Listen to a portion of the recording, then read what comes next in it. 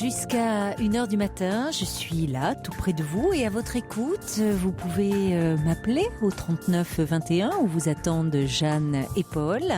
C'est Julia Jaffray qui réalise l'émission ce soir. Et bien sûr, vous pouvez également m'envoyer tous vos mails sur le site europe1.fr ainsi que vos SMS au 7 39 21 en les commençant par le mot nuit. Europe 1. Caroline Dublanche. Bonsoir Jacqueline. Bonsoir Caroline. Bonsoir. Écoutez, j'ai entendu Evelyne qui vous a appelé hier. Je souhaiterais qu'elle soit à l'écoute parce que ce qu'elle vit, j'ai le même problème. Alors Evelyne, précisons pour justement ceux qui n'étaient pas à l'écoute hier, il y avait un homme dans son entourage qui était plus jeune qu'elle puisqu'il avait 53 ans, Evelyne avait 71 ans et alors il lui plaisait beaucoup, elle aimerait bien démarrer une liaison avec lui, mais comme cet homme se présentait comme étant un peu fragile, ayant eu des déboires amoureux, elle avait quelques scrupules, mais pourtant elle aimerait bien, elle avait eu l'honnêteté de nous dire en faire son amant. Voilà. Alors moi, j'ai la même situation. Je vais vous dire, lui, il a 55 ans. Moi, j'ai 69 ans. Oui. Je fais plus jeune que mon âge. Oui. Mais je trouve que c'est quand même malheureux qu'un homme puisse sortir avec une femme qui a 20 ans de moins que lui et que nous, dans l'autre sens, on n'a pas le droit. Et c'est ce qui gêne un petit peu. Alors, ma relation avec cet homme s'est passée très très bien. Il était libre, divorcé, 2 enfants, mais n'habitant pas en France. Son ex-femme ainsi que ses 2 enfants. Oui. Donc je me disais, c'est un homme qui est libre et il me convenait tout à fait parce que sa situation faisait que c'est un homme qui vivait chez lui et qui partait souvent... en restant en France, mais faisant des voyages, quoi. Oui, pour voir ses enfants. Non, parce que son métier était de transporter des personnes. Oui. Et il se trouve que nous sommes sortis pendant 1 an, et je lui disais, comme Evelyne disait à son copain, tu es jeune, si un jour tu trouves quelqu'un, c'est normal que tu me le dises et que je te laisserai plus libre. Et moi, je ne m'attachais pas parce que je savais que il est beau, il est grand, il est jeune. Je lui disais toujours, je comprends pas que tu ne trouves personne, mais après, je me disais, vu sa situation, c'est un homme il avait été déjà divorcé, et que c'était difficile pour lui d'avoir encore quelqu'un dans sa vie, étant toujours sur les routes. Mais ce qui m'est arrivé il n'y a pas longtemps, il se trouve que il a son portable personnel, il a le portable de son travail. Oui. Et quand il rentrait chez lui, parce qu'il m'appelait tout le temps, même quand il se déplaçait, il pouvait m'appeler 3-4 fois dans la journée, il savait qu'il pouvait me joindre chez moi ou sur mon portable. Et puis, il se trouve que le 1er mai, tout d'un coup, il s'est décidé à venir dormir chez moi. En arrivant un samedi, me dit tu veux que je te ramène à manger? Je viens dormir. Bon, d'accord. Et puis, il repart chez lui. Et le 1er mai, donc c'était la semaine, il n'y a pas longtemps, il vient dormir le mardi chez moi, le mercredi 1er mai chez moi, tout en travaillant. Mais je lui disais, c'est pas grave, tu sais que moi je ne bouge pas. Donc il arrivait le soir. Et puis il me dit, je travaille jeudi matin et je viendrai te voir vendredi. Mais moi j'avais oublié que j'avais un rendez-vous le vendredi à 10h. Et comme je sais que je ne peux pas le joindre sur son portable dès le moment où il rentre chez lui, parce que une fois qu'il m'a appelé... Mais pourquoi vous pouvez pas le joindre quand il est chez lui? Parce que, disons que comme il rentre tard de par son travail, quand il m'appelle, il rentre. Alors des fois je lui disais, tu sais, moi je te fais entièrement confiance. C'est bizarre de ne pas pouvoir le joindre. Et alors il vous laisse un message en disant qu'il est chez lui et qu'il ne faut plus l'appeler? Non, c'est pas ça. Comme il est souvent sur les routes et qu'il rentre à 22h, 23h... Oui, vous savez que passer cette heure-là, vous ne pouvez pas l'appeler. C'est-à-dire que lui m'appelle. Bon, on va pas se perdre dans les détails de à quel moment vous devez appeler ou pas. C'est que moi, sachant que je ne pouvais pas parce que même en laissant des messages sur son portable, il n'écoutait pas. Ce qui fait que le vendredi matin, je me lève et je me dis, il faut que j'arrive à l'appeler pour lui dire que je ne suis pas là à 10h, c'est pas la peine qu'il vienne, j'ai un rendez-vous. Donc, je l'appelle sur son portable, effectivement, je tombe sur le répondeur, je lui dis, j'espère que tu vas écouter mon message, mais c'est pour te dire de ne pas venir, j'ai un rendez-vous à 10h. Puis je suis prise de remords, je me dis, je vais quand même l'appeler sur son autre portable, puisque je sais qu'il est obligé de le laisser ouvert en cas où il y a un pépin que son patron l'appelle. Même la nuit, il le laisse ouvert. Et là, je l'appelle sur ce portable et je n'écoute pas. J'entends qu'on décroche. Je lui dis excuse-moi, je sais que tu n'aimes pas que je t'appelle sur ce portable, mais ne viens pas ce matin. J'ai oublié de te dire que j'avais un rendez-vous. Et j'entends une voix de femme qui me dit mais madame, vous êtes qui? Ah, je dis écoutez, je me suis trompée de numéro. Non, elle dit vous êtes bien. Alors je dis mais elle me dit, vous êtes sa compagne? Je dis oui. Mais depuis quand? Je dis, ça fait 1 an. Mais je dis, vous êtes qui? Ah elle me dit, je suis sa femme depuis 4 ans. Ouh. Alors, je tombe des nues, je me dis... Donc, et là, elle me dit, vous savez, je suis en pleine dépression.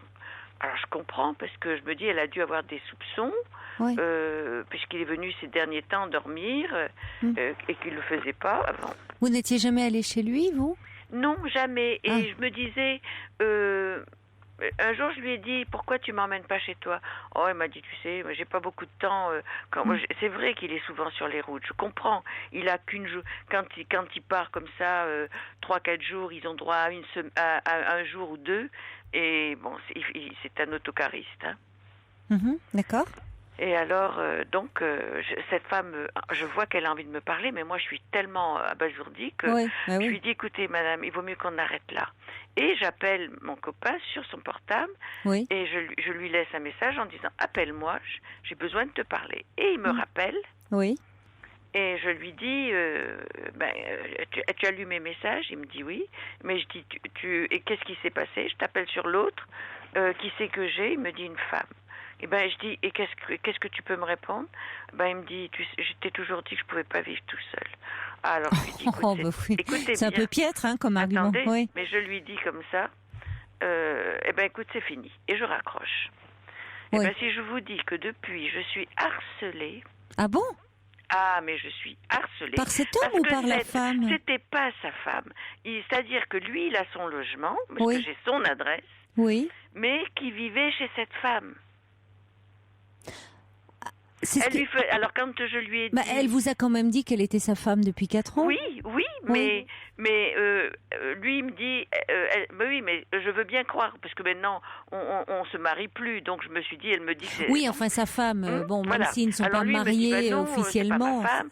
Et comme il voit que je suis en colère, parce que quand il est venu me voir, je lui ai dit, tu vas m'expliquer, tu vas me dire qui c'est cette femme.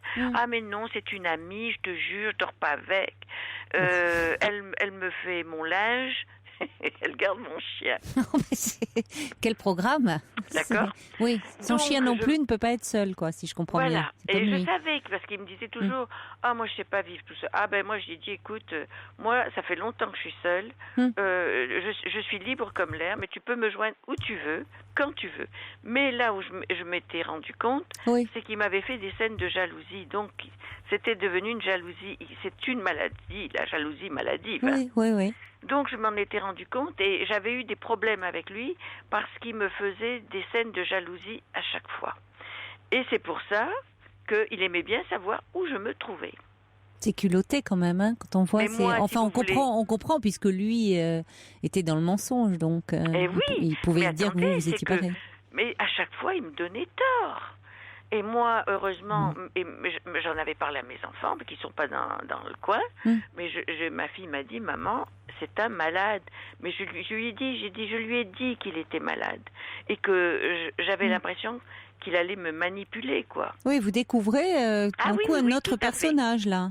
Alors, si je vous dis que c'est quand même malheureux, je suis toute seule, j'ai téléphoné à la police de son coin, Pourquoi? Qui m'a dit, pour harcèlement, qui m'a dit, madame, allez... Alors, je lui raconte tout ce que je vous raconte. Je vous raconte pas tout, parce que comme il a fait beau, il savait venir me voir sans me prévenir. Il passait par derrière, automatiquement. Ah oui, c'est embêtant. Bon, et alors, là, il m'a juré, au départ, il me jurait sur la tête de sa fille. Après, c'était sur la tête de sa maman. À chaque fois qu'on avait une explication, parce qu'il était jaloux. Et là, il voit qu'il va me perdre à jamais. Oui. Il me dit, je te jure sur la tête de ma grand-mère. Écoutez, excusez-moi, mais je lui ai toute dit, la famille y passe, oui. Elle est décédée. Écoutez, j'ai été vulgaire, je lui ai dit, ta grand-mère, j'en ai rien à foutre. Mais alors, Caroline, qu'est-ce que j'avais pas dit? Alors là, son visage s'est décomposé. Il s'est approché de moi, il m'a pris le bras, mais vraiment, il m'aurait fait mal, quoi. Presque, il me tapait, il voulait me taper. Oh là là, alors, quand j'ai vu que je ne pouvais pas me défaire, écoutez bien, je suis montée, mais j'ai eu tort parce que voyant que je n'arrivais pas à me séparer, de me débarrasser de lui, je suis montée en courant en me disant, je vais le laisser partir. Et puis, une fois qu'il est parti, je descends, je me dis, mais toutes mes portes étaient ouvertes, je dis, est-ce qu'il m'aurait pas pris une clé? Eh bien, il m'avait pris une clé. Vous vivez dans un pavillon? Oui, il n'est pas clair. Oui, dans un pavillon. Alors, du coup, je l'appelle, je lui dis, je le menace, je dis, si tu ne me rends pas ma clé, j'appelle la gendarmerie. Mais en plus de ça, Caroline, c'est un homme dangereux, parce qu'il a été voir la responsable de mon club, où il nous aide au repas dansant et tout ça, c'est lui qui fait nos transports de repas dansant. Il a été la voir pour lui dire qu'il m'aimait, il a été lui faire toute une histoire. Alors, elle m'a appelé pour me dire, mais il est dans un état.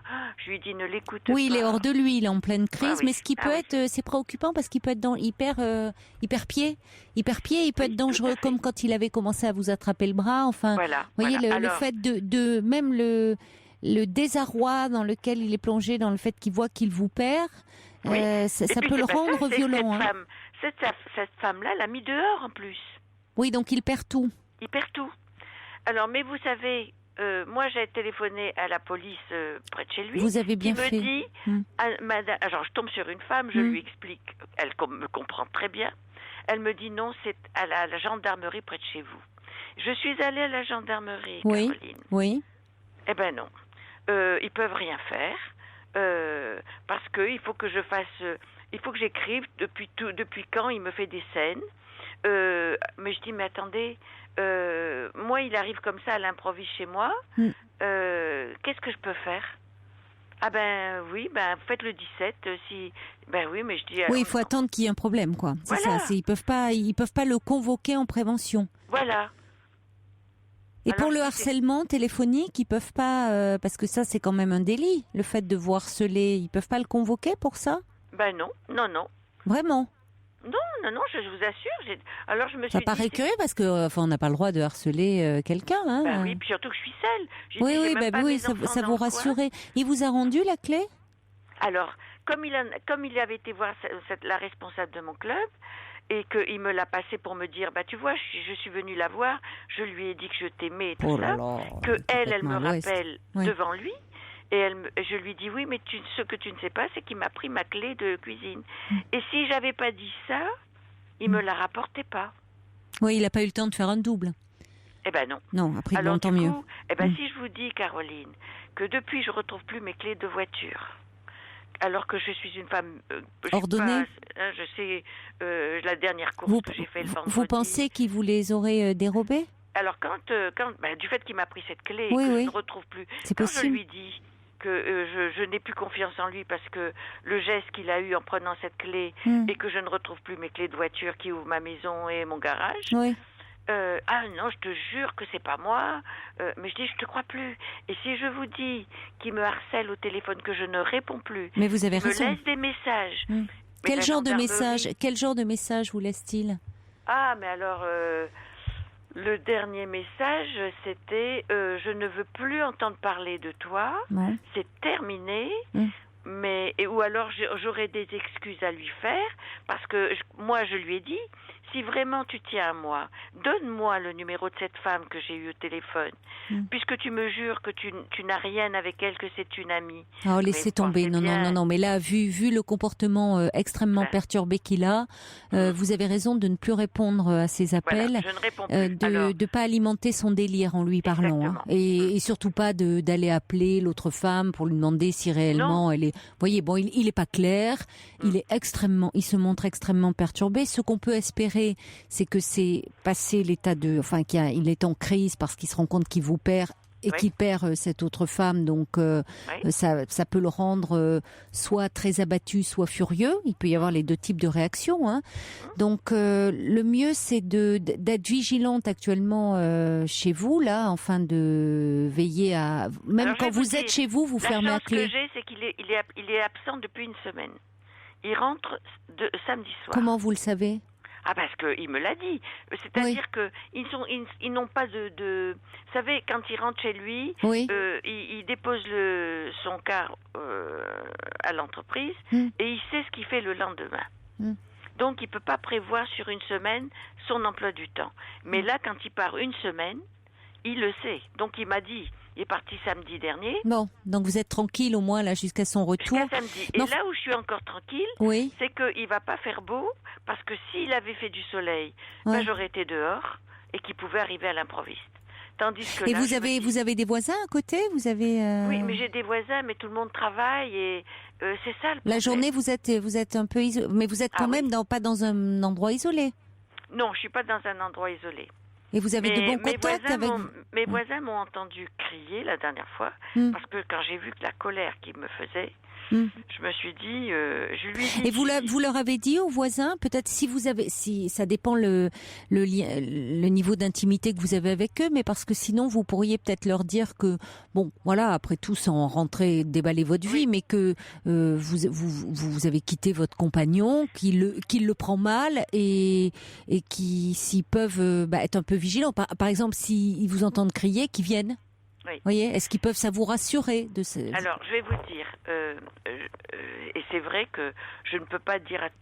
tous mes amis sont au courant, mais je ne leur dis pas qu'il y a une femme. Je dis, il est tellement jaloux, maladif, que vu mon âge, je sais vivre toute seule. Non, mais vous avez raison, Jacqueline, vous n'êtes pas du tout obligée de rentrer dans les détails, et y compris par rapport à vos voisins. Vous pouvez dire que simplement ils ont pu voir cet homme chez vous, et vous dites voilà que vous vous séparez de lui, sans rentrer dans les détails qu'il y a une autre femme, pourquoi, comment, ça les regarde pas. Mais simplement que cet homme réagit mal, qu'il vous harcèle, et donc ils peuvent comprendre, vous vivez seul, et que si vous entendez crier ou quoi, qu'ils viennent, enfin Mais vous savez, Caroline, de toute façon, je lui ai dit que j'avais prévenu tous mes voisins. Oui, vous avez bien fait. Que je suis allée à la gendarmerie. Oui. Que j'ai déposé une plainte. Oui, c'est bien parce que ça lui montre que vous n'êtes pas sans ressources et que vous êtes forte et que vous n'allez pas vous laisser comme ça ennuyer. Hein, oui. Bon. Parce que si vous voulez, il y a Carmen qui dit, alors vous, elle dit déposer une main courante au commissariat, mais vous dépendez, vous, c'est la gendarmerie, c'est pas un commissariat. Ah oui, mais même, vous savez, on m'a dit, une main courante, c'est rien par rapport à une plainte. C'est vrai, la main courante, ça reste au niveau du commissariat ou de la gendarmerie, ça laisse une trace en cas d'autres problèmes, mais rien ne vous empêche de le faire. C'est-à-dire qu'il n'y aura pas de suite, mais il y a quelque chose qui est acté. Même une main courante, il y a au commissariat ou à la gendarmerie, on peut vous dire quand même qu'on peut le convoquer. On vous demande si vous voulez ou pas. Je vous assure qu'aujourd'hui, je suis tombée sur un vous n'avez pas été bien accueilli, je trouve. Ah, mais il m'a dit, oh, mais madame, si vous saviez. Mais je dis, attendez, je lui ai raconté tout ce que je vous ai raconté. Mais on sait jamais, si vous saviez, c'est bien joli, mais le problème, ces situations-là, avec un homme qui ne supporte pas d'être quitté, ça peut dégénérer. Je veux pas vous faire peur, mais ça peut dégénérer. Il y a des gens, alors après, ça dépend de la structure de sa personnalité. Par exemple, allez quitter un paranoïaque. Si vous quittez quelqu'un qui a une structure paranoïaque, il va vous harceler plus que vous harceler, parce qu'il ne supporte pas qu'on puisse lui tenir tête et lui résister. Donc, bon, j'ai pas dit, je vous rassure, j'ai pas dit que cet homme était paranoïaque. Il peut, dans un moment de crise, tout lui échappe, il est dans un désarroi et vouloir, se montrer vindicatif, et ça peut retomber assez vite. D'autant que vous lui avez dit que, vous lui montrez que vous n'êtes pas sans ressources, que vous êtes à la gendarmerie, que vos voisins sont prévenus. Quand même, par précaution, il vaut mieux, même quand vous êtes chez vous à l'intérieur, fermé à clé. Ah oui, c'est ce que je me dis. Quand il fait pas beau, alors c'est ce que j'ai dit aux gendarmes. J'ai dit, vous savez, là je suis tranquille, je sais qu'il va pas faire beau, donc je m'enferme dans ma maison dimanche, lundi. Je savais pas que lundi c'était férié, mais j'ai dit, je vais m'enfermer chez moi, pas de bruit. Mais je dis, c'est quand même malheureux que ce soit moi qui soit. Alors. Oui, enfin, c'est en même temps. Voyez, vous pouvez faire ça pendant une semaine ou deux, mais vous n'allez pas, quand le beau temps va revenir, ce qu'on espère, vous n'allez pas passer l'été cloîtré chez vous. Je pense que d'ici là, ça sera retombé. Vous voyez, c'est le temps de. Vous dites ça, Caroline. Mais le dernier message qu'il m'a laissé, il m'a dit, je ne veux plus entendre parler de toi. Mais qui c'est qui m'a appelé après? Mais j'ai laissé le téléphone sonner. Ce qui veut dire qu'il a beau dire qu'il veut plus entendre parler de moi. Bien sûr, il vous dit qu'il veut plus entendre parler de vous, mais il vous appelle pour vous le dire. Bon, il est mais il est dans sa colère, hein. Il est dans sa. Bon. Heureusement qu'il est loin. Hein. Cela dit, gardez-les les messages, hein. Ah oui, c'est ce que j'ai fait. Vous gardez les messages parce que vous pouvez quand même déposer plainte pour harcèlement. Et là, il peut y avoir une suite, hein. Mais vous savez, je trouve que c'est dommage parce que ce gendarme, je suis repartie, mais même pas signé quelque chose, quoi.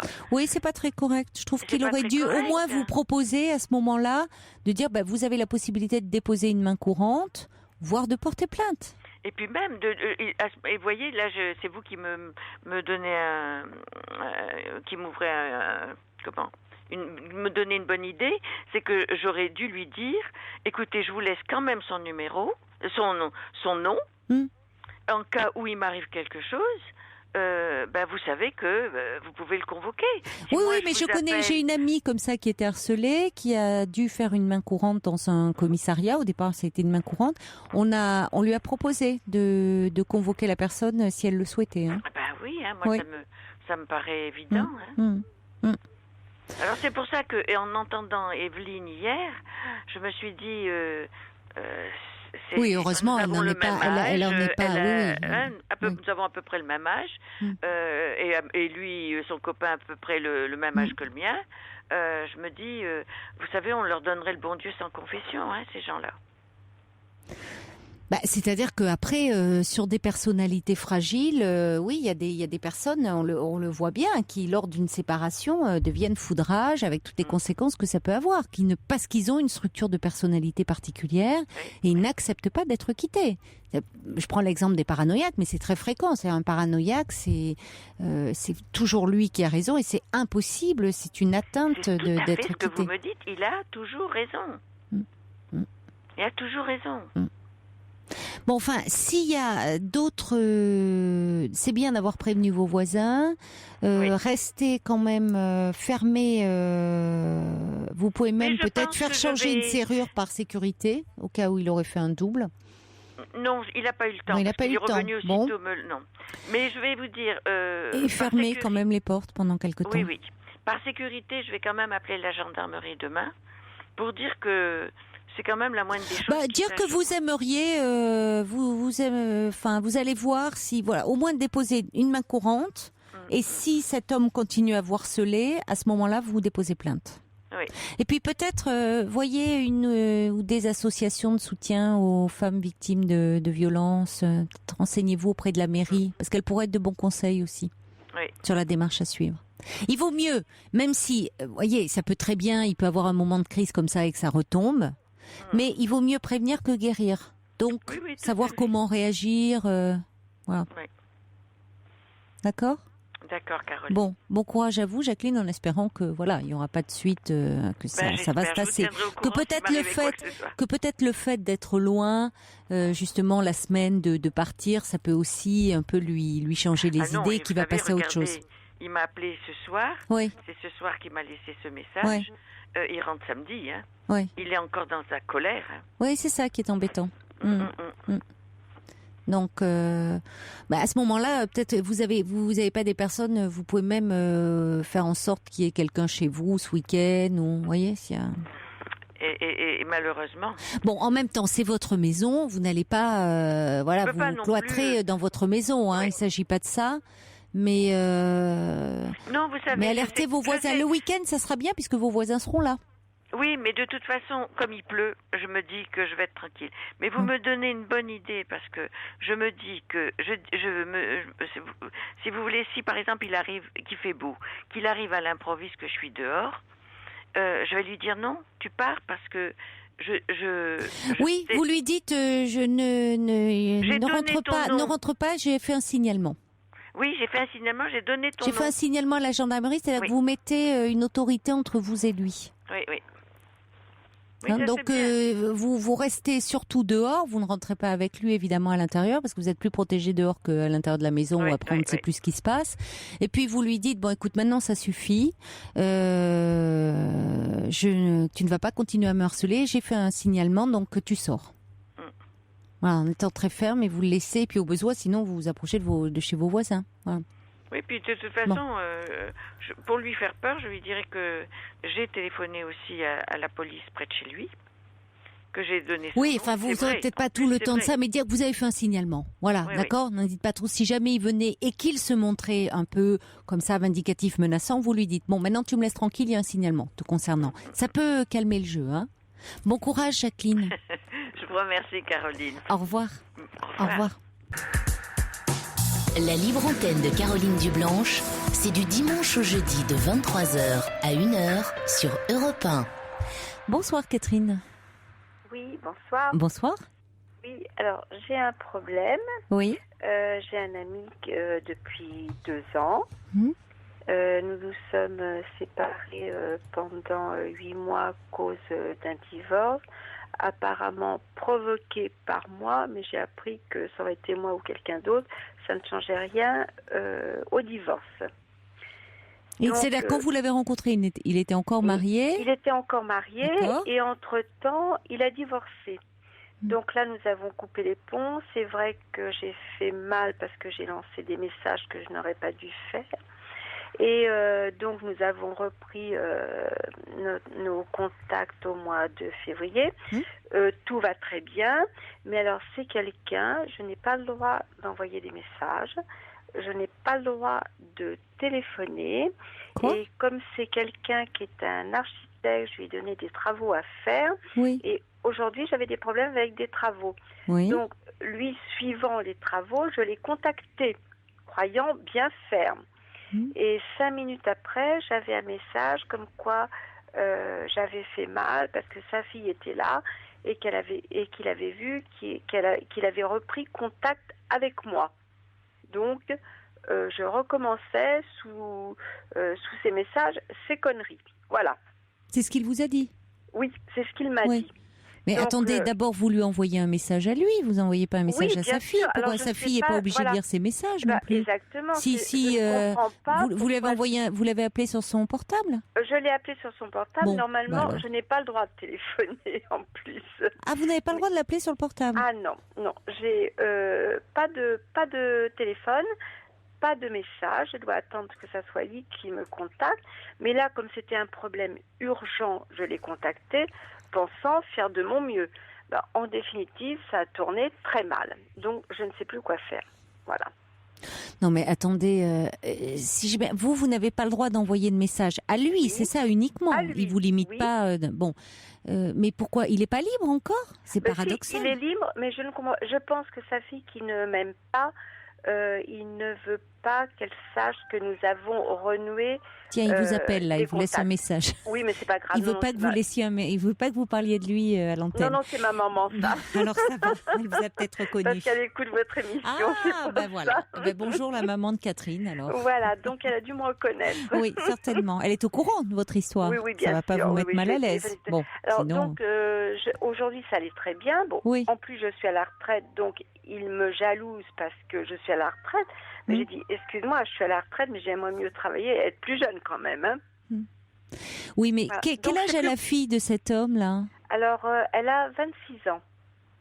Oui, elle ne vit plus chez son père. Ah non, elle vit avec son ami, elle attend un bébé. D'accord. Non, voilà. Mais ça risque d'être un problème pour votre relation si vous devez rester caché, vous devez rester dans l'ombre parce que sa fille ne vous accepte pas, enfin, pas vous finalement, mais le fait qu'il y ait une autre femme dans la vie de son père que sa mère. Voilà. L'autre fois, il me disait, par exemple, nous ne pourrons pas avoir de relation de famille puisque ma fille ne t'aime pas. Oui, d'accord. Mais elle vous connaît? Elle vous connaît? Oui, elle me connaît, oui. Vous êtes. Il y a eu des heures entre elle et vous? Oui, il y a eu des heures parce elle avait un commerce, je l'ai fait travailler et elle s'est aperçue que j'avais des relations avec son père en définitive. Voilà. Oui, mais c'est le fait d'apprendre que vous avez une relation avec son père qui fait que c'est ça qu'elle ne supporte pas, que vous remplaciez pour elle sa mère. Que lui favorise sa fille par rapport à moi. Oui, certainement qu'il est peut-être pas suffisamment clair là-dessus parce qu'il y a de la culpabilité, que cette jeune femme prend le parti de sa mère dans cette histoire. Mais si le père ne lui dit pas finalement ne fait pas ce qu'il faut vivre sa vie, pour que vous puissiez avoir votre place en lui disant que après tout ça ne la regarde pas. Alors elle peut très bien ne pas vous apprécier dans un premier temps, c'est-à-dire qu'elle soit, mais au moins qu'elle soit correcte avec vous, qu'elle soit cordiale. C'est-à-dire vous n'allez pas imposer des réunions de famille.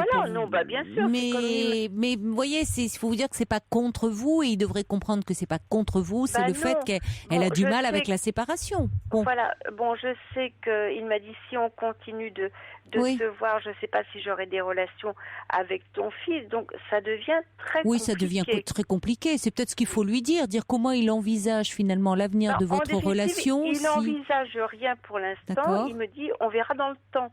Mais c'est difficile. Oui, parce que c'est-à-dire que c'est un peu se défausser. Il espère que le temps va arranger les choses. Et pour le coup, c'est peut-être pas faux. C'est-à-dire que sa fille peut s'apaiser, peut finalement, parce que sa mère aussi ira mieux. Enfin là c'est pas. Elle va avoir son bébé, elle va plus se centrer, on peut l'espérer, sur son couple à elle et sur la famille qu'elle est en train de construire. Mais en attendant, je trouve qu'il vous met dans une position délicate où c'est pas très clean, quoi. C'est en gros parce que Oui, tout ce qu'il me demande, je le fais pour lui faire plaisir. Et en contrepartie, je n'ai rien en retour, voilà. Donc, je suis un peu paumée, là. Je ne sais pas quoi faire. De quoi avez-vous envie, vous? Qu'est-ce que vous aimeriez faire? Moi, j'ai des sentiments pour lui. Mais je ne sais pas, du coup, comme à chaque fois, il me casse le moral. Je sais pas. Par exemple, pas de mail, mais je me suis aperçue que lundi, mardi, mercredi, c'est lui qui m'en lançait. Vous voyez ? Oui, mais c'est ça, il y a un trop gros déséquilibre. C'est-à-dire que ça ne peut, les échanges ne peuvent venir que de lui. C'est lui qui en est l'initiative. Et vous êtes obligé de vous comporter avec lui comme s'il était encore marié. Ça va pas. Parce que soit vous acceptez la donne et vous avez une relation avec un homme qui n'est pas libre et vous en acceptez les contraintes, à savoir que vous ne pouvez pas l'appeler quand vous le souhaitez, qu'il n'est pas toujours disponible. Mais a priori, vous avez une relation avec un homme qui est divorcé, donc qui est libre. C'est peut-être ce qu'il faut lui dire. Il faut lui dire que si... Mais comme c'est quelqu'un de très orgueilleux, de très prétentieux, chaque fois que je dis quelque chose, ça va pas.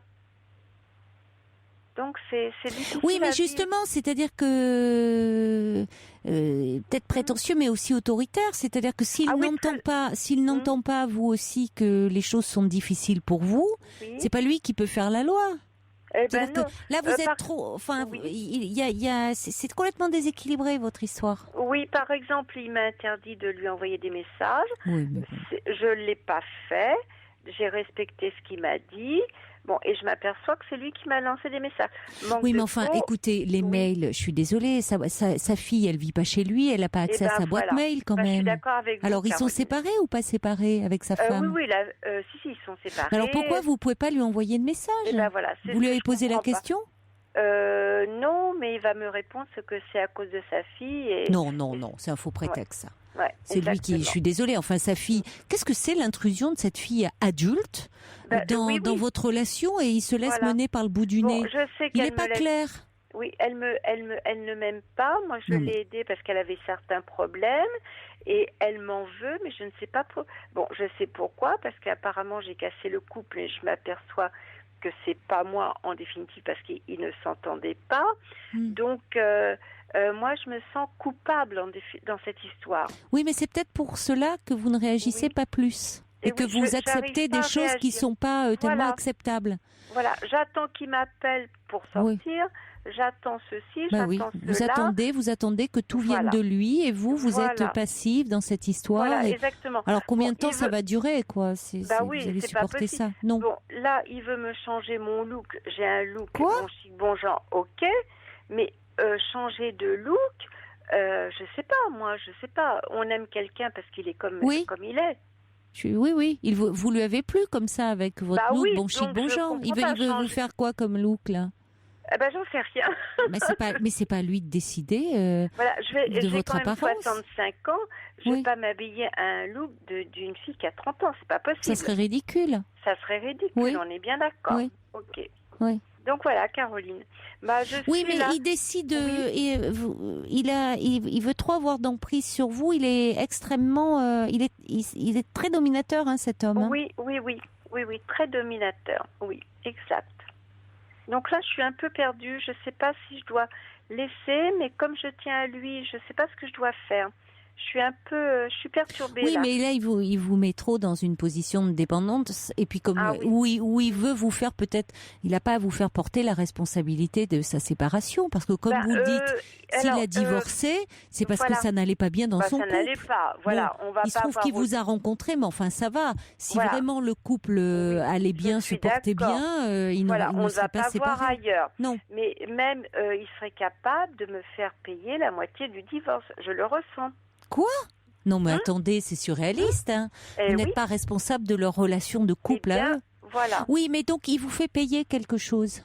Et ça va pas. C'est-à-dire qu'il faut qu'il soit clair et qu'il assume, y compris les reproches de sa fille, parce que sa fille lui fasse des reproches sur pourquoi il s'est séparé de sa mère, c'est une chose, mais c'est à lui de lui répondre et de lui dire, d'autant plus qu'elle est quand même adulte, qu'elle est elle-même en couple et qu'elle va avoir un bébé, sans rentrer dans les détails, parce qu'il n'a pas à parler de sa mère sur le plan de femme et de ce qui se passait dans leur vie de couple, mais il peut lui dire qu'il avait des raisons de se séparer, ça n'allait plus entre eux, pour vous ne pas vous faire porter le chapeau. Mais il n'est peut-être pas clair avec sa fille. Mais c'est moi qui ne suis pas responsable de ce fait.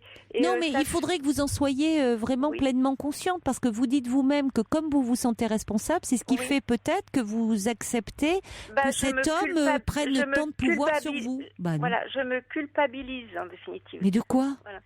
De ce divorce, je me dis que je suis peut-être responsable. Mais pas du tout. Quand il parle, je me rends compte que je suis pas du tout. Et puis il y a une sorte de jalousie. Attendez, parce que c'est vous qui allez verser. Bientôt, vous allez verser une pension alimentaire là à sa femme, à la fille. Non, vous avez raison. Il faut arrêter quand même là. Oui, il faut arrêter.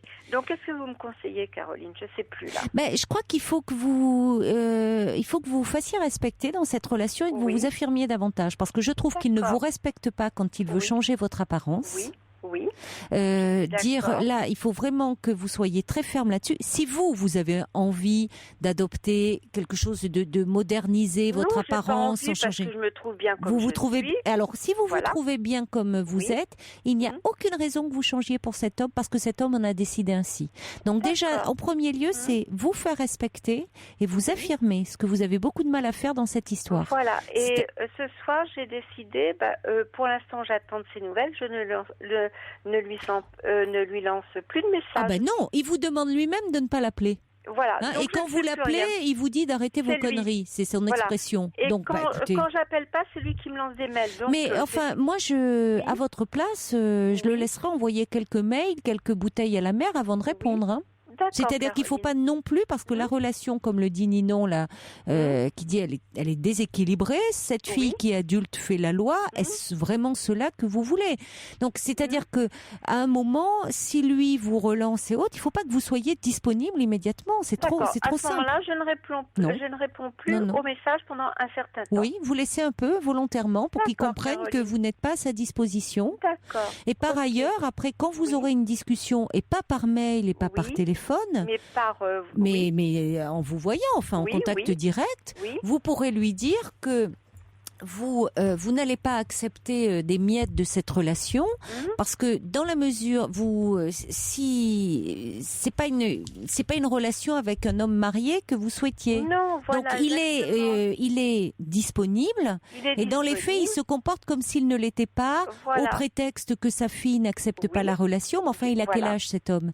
Donc, je veux dire, il va avoir 60 ans. Bon, donc, alors si à 60 ans, il peut pas un peu s'affranchir de ce que pense sa fille. Et encore une fois, je dis pas qu'il faille imposer des réunions de famille, mais en revanche, vous voyez, il s'agit bien sûr qu'il n'y ait pas lieu de l'imposer pour que ça se passe mal. En plus, ça n'a aucun intérêt. Mais en revanche, que vous puissiez vous voir, vous tous les deux. Et ben voilà. Et comme bon vous semble, et que ça soit vous aussi qui puissiez l'appeler et proposer. Mais en définitive, je suis à sa disposition. Trop, beaucoup trop. Voilà, ça ne va pas, ça. Voilà, Caroline. Exactement. Donc, ce soir, je pense que je ne lancerai pas de message et j'attendrai qu'il m'en lance, tout simplement. Oui, tout à fait. D'accord, Caroline. C'est gentil. Mais je vous en prie. Et merci. Vraiment, affirmez-vous. C'est important. D'accord, ça m'a aidé. Merci beaucoup. Au revoir. Au revoir. Au revoir, Catherine. Alors, un petit message d'Angie qui arrive au 7 39 21 en disant « Moi, je serais plus catégorique en disant « Courage, fuyez ». Et puis, il y a Jane qui a envoyé un petit mail en disant « Cette dame a commencé en disant « Tout va bien avec mon ami ». Tout va bien, oui, si elle reste tranquille et lui obéit. Comment est-il possible de ne pas pouvoir appeler son compagnon quand on veut à cause du candidato, en tout cas de sa fille? C'est un peu frustrant tout ça et quelque peu autoritaire. Monsieur décide et vous devez plier comme le chêne et le roseau à cause du candidaton. Donc il est important que vous vous affirmiez. Et puis par rapport à Jacqueline qui craignait les réactions de son compagnon qu'elle venait de quitter et qui l'a harcelé, qui débarquait comme ça chez elle à l'improviste, il y a quelqu'un qui m'envoie pareil une petite réaction par SMS en disant qu'elle voulait faire part de son expérience, que le fait de porter plainte peut aussi augmenter la colère de l'autre personne. Ça a été mon cas, dit-elle. Une main courante et un avertissement à la personne de manière orale peuvent suffire. Dans un premier temps, je suis d'accord avec vous parce que ça peut, on ne sait jamais, ça peut décupler. Effectivement, tout dépend de la personnalité à laquelle on en a à faire face. Donc, ça peut suffire. Il ne s'agit pas non plus d'être trop menaçant, ferme mais pas menaçant. Et en revanche, si l'autre se montre menaçant, là, il est important de mettre une autorité entre soi et la personne qui agresse. Alors, Nathalie me dit ce que vous avez dit à Jacqueline me fait peur parce que j'ai une amie qui veut divorcer de son homme. Qui est paranoïaque, il a inventé des tas d'histoires sur elle pour la salir à nos yeux. Pas forcément de la paranoïa, ça. Nathalie ajoute, est-ce que la paranoïa se soigne ? C'est très compliqué la paranoïa. Ça mériterait d'en faire une émission. Non, ça se soigne pas comme ça parce qu'en général ils consultent pas, ils sont beaucoup trop sûrs d'eux.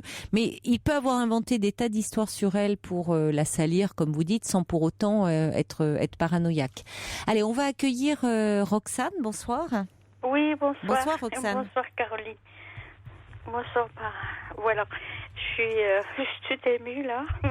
Alors, vous m'appelez parce que vous voulez me parler de votre fils qui a 33 ans et qui vit toujours chez vous. Oui. Parce qu'il a une pension d'invalidité. Hein. Oui, j'ai une pension d'invalidité. Ah, c'est vous, d'accord, qui avez une pension. Il y a 1 an et demi. D'accord. Parce qu'avant, moi, je travaillais sur des bateaux de croisière. Oui. Et puis... En 2009, en 2003, j'ai eu une opération de mon genou. Puis après 2009, c'est encore une opération encore parce que mon genou était mal amoché. Et puis voilà, moi, j'ai quitté mon mari à cause de mon fils. Voilà. Bon, et votre fils, pourquoi à 33 ans est-il chez vous? Pourquoi ne travaille-t-il pas? Mon fils, quand j'étais avec mon mari, j'avais pris quand même un appartement pour mon fils. Et puis, je suis partie travailler. Et puis, à chaque fois que j'en reviens, je trouve quand même des factures d'électricité, des factures de téléphone, des factures de loyer. Et puis après, maman, je paye. Et puis voilà, quoi. Et puis, je me prends la tête avec mon mari à cause de lui. Et puis... Et puis à un moment donné, Et pourquoi vous vous disputez avec votre mari? Qu'est-ce qu'il en pense? Lui, il trouve ça lui pose pas de problème que votre fils soit à la maison, que ce soit vous qui payez les factures? Oui. Ça lui pose pas de problème à votre mari? Si. Alors pourquoi vous vous disputez? C'est vous qui n'acceptez pas que votre mari se fâche par rapport à ça? Qu'est-ce qui se passe? Pourquoi vous vous disputez? On se dispute parce que comme je paye les factures à mon fils... Oui. Ça plaît pas à votre mari? Non. Mais il a raison, votre mari. C'est pas à vous de payer les factures de votre fils? Oui, mais à un moment donné, quand je partais travailler, mon mari il m'avait trompé 2 ou 3 fois. Oui. Et puis, comme on avait une procuration, à chaque fois, je paye pour le mari et je paye pour le fils. Oui, mais c'est 2 choses différentes, Roxane. Oui, c'est-à-dire que voilà. vous ayez des raisons d'en vouloir à votre mari parce qu'il a été infidèle. Et bon, c'est une chose. Donc que vous régliez vos comptes avec lui à ce sujet. Mais pour autant, je trouve que quand il dit par rapport à votre fils que peut-être vous êtes trop indulgente, que vous passez sur trop de choses, je trouve que votre mari a raison. C'est-à-dire que votre fils, à un moment, il est temps qu'il se prenne en charge, quoi. Il a pas de problème de santé particulier. Non, pas du tout. Mais il travaillait quand même de temps en temps. Mais... Oui, il faut qu'il travaille un peu plus que de temps en temps. Oui, mais et comme ça, il paiera ses factures. Ça fait depuis 2009. Il travaille pas, il dort toute la journée et puis après il va au sport et puis c'est la maman qui fait tout, quoi. Et puis donc il dort toute la journée. Pourquoi? Parce qu'il sort la nuit? Oui. Là, en ce moment, il n'est pas là. Il n'est pas là. Il se couche tard, quoi. Oui. Mais c'est plus un adolescent, votre fils. C'est un homme, là, de 33 ans. Oui. Et donc, puis, on se prend la tête et puis voilà, quoi. Et puis, mais parce qu'il peut pas, si vous voulez, c'est facile, là, dans un sens. Il est à la maison, il se laisse totalement prendre en charge, porter, voyez, et puis c'est vous qui assumez tout. Alors, de 2 choses l'une, soit, il va pas bien psychologiquement, j'entends, parce que... Bon, mais il a quand même de l'énergie pour aller faire du sport, ce qui après tout est pas mal, ça lui fait pas de mal de faire du sport. Mais voyez, s'il était vraiment très dépressif, il aurait peut-être même du mal à aller faire du sport. Mais à un moment, il faut lui dire, enfin vous et votre mari, ou laissez faire votre mari à ce moment-là, si vous c'est compliqué, mais en lui disant que si il ne va pas bien, parce que laissons-lui cette possibilité-là, qu'il n'aille pas bien, d'être un peu déprimé, de pas trouver sa place ou quoi, qu'il se fasse aider, qu'il consulte. Mais qu'il ne peut pas rester comme ça à 33 ans, sans aucun projet, sans aucun but dans la vie, que de se lever à point d'heure pour aller faire du sport. Enfin, c'est pas... Vous voyez, et ça se comprend du coup, même qu'il aille pas bien. Si à 33 ans, il peut pas... du coup, comme il gagne pas d'argent, il peut pas se projeter dans l'avenir, il peut pas prendre d'appartement, il peut pas envisager, je sais pas, de partir en vacances, faire des projets, vivre en couple, bon. Donc, il est dépendant de vous et ça doit être compliqué aussi pour lui. Donc, ça veut dire qu'il faut aussi qu'il ait un projet. Oui, tout à fait. Il peut pas rester comme ça sans projet parce que pour le coup, il va pas aller bien en restant sans projet. Oui, tout à fait, parce que là, il est pas bien et puis moi non plus. Mais non. Moi non plus. Et comment il est? Est-ce qu'il est avec vous? Comment il est? Il est gentil ou il est agressif? Comment il est avec vous? Il est gentil et puis après quand je lui parle, quand je lui dis il faut faire quelque chose, il faut que tu fasses ça, il faut que tu fasses ceci. C'est la guerre, quoi. C'est la guerre. C'est la guerre. Qu'est-ce que tu veux que je fasse? Moi, je fais ça la nuit. J'envoie des emails, j'envoie des trucs pour ils cherchent du travail, machin, tout ça. Mais je sais pas. Il est dans quel domaine? Il a une formation, votre fils? Il fait du commerce, mais... Mais du commerce, il est dans la vente, qu'est-ce qu'il fait? Oui, la vente, le commerce. On est dans une région où, franchement, il y a pas beaucoup de travail, quoi. Oui, il n'y a pas beaucoup de boulot. Il peut changer de région aussi. Enfin, je veux dire, voyez, il n'est pas obligé de rester dans cette région-là. Oui, mais comment faire? Ah ben comment faire? Il faut déjà qu'il postule dans d'autres régions. Enfin, je veux dire, il est jeune, quoi. Vous vous rendez compte, c'est un homme de 30 ans, 33 ans. Enfin, je veux dire, il faut qu'il se bouge un peu. Alors, soit il n'est pas en état de se bouger, et dans ces cas-là, il faut qu'il se fasse aider, qu'il consulte. Mais enfin, il va pas rester comme ça en disant, il n'y a pas de boulot et je reste chez papa et maman. Ah oui, mais là, il est chez maman, il est bien, Chez maman, il est bien. Alors, oui, moi, mais justement, laissez un peu faire votre mari. À ce moment-là, si vous vous sentez un peu dépassé, il ne s'agit pas de le mettre dehors comme ça du jour au lendemain. Vous pouvez pas d'un coup passer à accepter tout et puis du jour au lendemain de le jeter dehors. C'est pas de ça dont il s'agit. Mais simplement lui dire que comment il se sent, est-ce qu'il va bien ou pas, est-ce qu'il a besoin d'aide, qu'il en parle déjà peut-être à votre médecin, s'il se sent un peu déprimé. Et s'il sait pas ça, alors à ce moment-là, il se fait aider psychologiquement. Et s'il n'est pas déprimé, il va dire à ce moment-là, il faut peut-être, s'il n'y a pas de boulot dans la région, changer de région aussi. Et enfin, en tout cas, commencer à postuler, à envoyer des CV et tout dans d'autres régions. Oui. Parce que ça va pas lui tomber tout rôti dans la bouche. Partout. Il a envoyé des CV partout, mais alors mon mari, c'est pas son père. Hein. Alors, franchement. Ah oui, ça vous me dites ça maintenant, donc effectivement, ça complique. Voilà. D'accord. Bon, et ils s'entendent pas bien, eux. Ils peuvent pas supporter, enfin, ni l'un ni l'autre, et puis voilà quoi.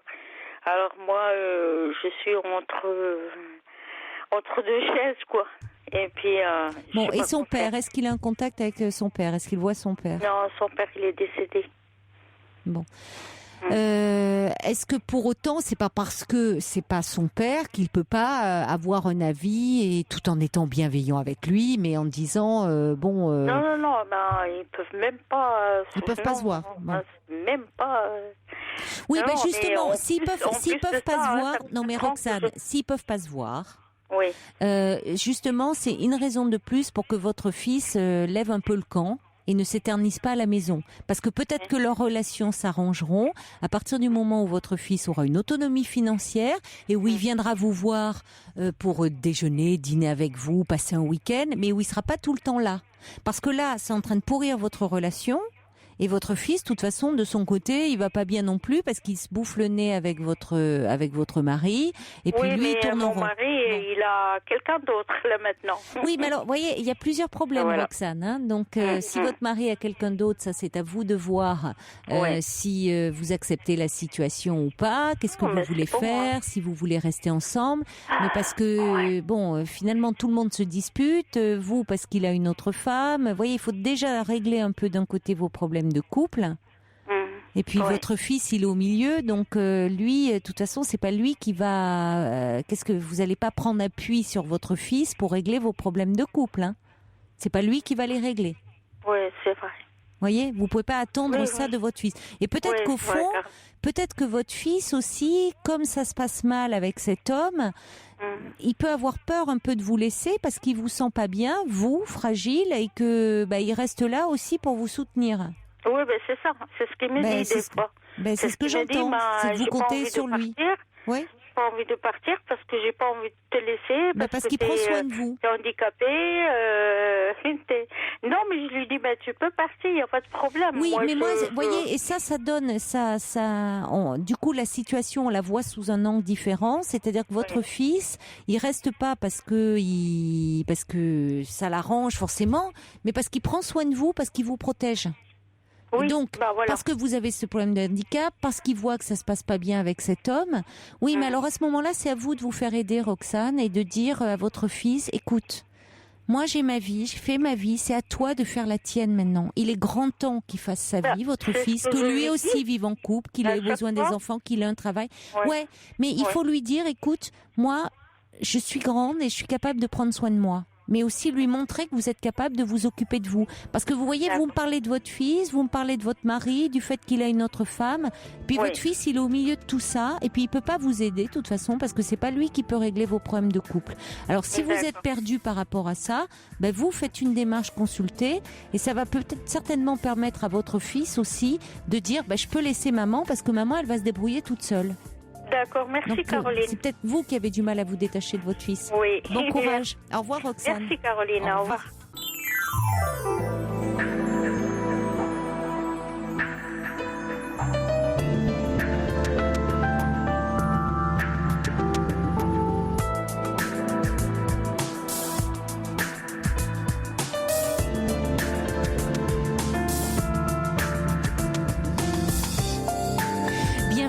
si vous nous rejoignez maintenant sur Europe 1, cette émission est la vôtre. Du dimanche au jeudi soir, vous pouvez vous exprimer en toute liberté, nous parler de vous, de votre vie, en appelant le 39 21. Et si un témoignage vous touche, si vous vous retrouvez dans une histoire, vous pouvez réagir, discuter avec l'auditeur au 39 21. Nous sommes en direct jusqu'à 1h et vous pouvez aussi le faire par mail sur le site europe1.fr et par SMS au 7 39 21 en commençant vos messages par le mot nuit. 39 21, 34 centimes la minute. Julien se marre parce que je pensais que c'était une reprise de Boney M, moi. Il me dit non, ça c'est Bobby Ebb, ne fait pas la différence. Pas Bobby d'ailleurs, Bonnie, on va y arriver. Boney Ebb, Sunny. Bonsoir Micheline. Bonsoir Caroline. Bonsoir. Ça vous fait rire? Pardon? Ça vous fait rire? Oui, parce que moi je connaissais la chanson, mais bon. C'est chouette, oui, mais je savais pas j'ai aucune culture musicale, donc moi aussi j'adore, mais je sais plus pourquoi je pensais que c'était Boney M, moi, mais bon. Non. C'est pas grave, Caroline. Non, bah non. Allez, je vous remercie de me prendre. J'aurais préféré dimanche quand j'ai appelé. Parce que on peut se parler dimanche, hein, si vous préférez. Non, c'était dimanche dernier. Pourquoi? C'était le moment de thé, mais bon, oui. Vous avez été un peu longue à quelqu'un d'autre. Donc on m'a dit. Et oui, on fait ce qu'on peut, on reçoit beaucoup d'appels, donc on essaye de donner. Voilà, mais c'est pas toujours dans les temps. Ouais. Non, mais je préfère un peu parce que dimanche j'aurais tellement pleuré que vous n'auriez pas. Et pourquoi? Qu'est-ce qui s'est passé dimanche qui vous fasse pleurer? J'ai eu pendant le week-end, j'ai eu mon petit-fils qui a 18 ans et demi. Oui. Et il était sur Internet, et vers 6 heures du soir, au moment où il fallait qu'il parte, comme ses parents séparés, comme beaucoup, il part chez son père et s'est mis à pleurer. Oui. Et à pleurer beaucoup, et moi ça m'a fait beaucoup de peine parce que c'est un garçon que j'adore. Et puis. Et pourquoi il pleurait? Vous lui avez demandé?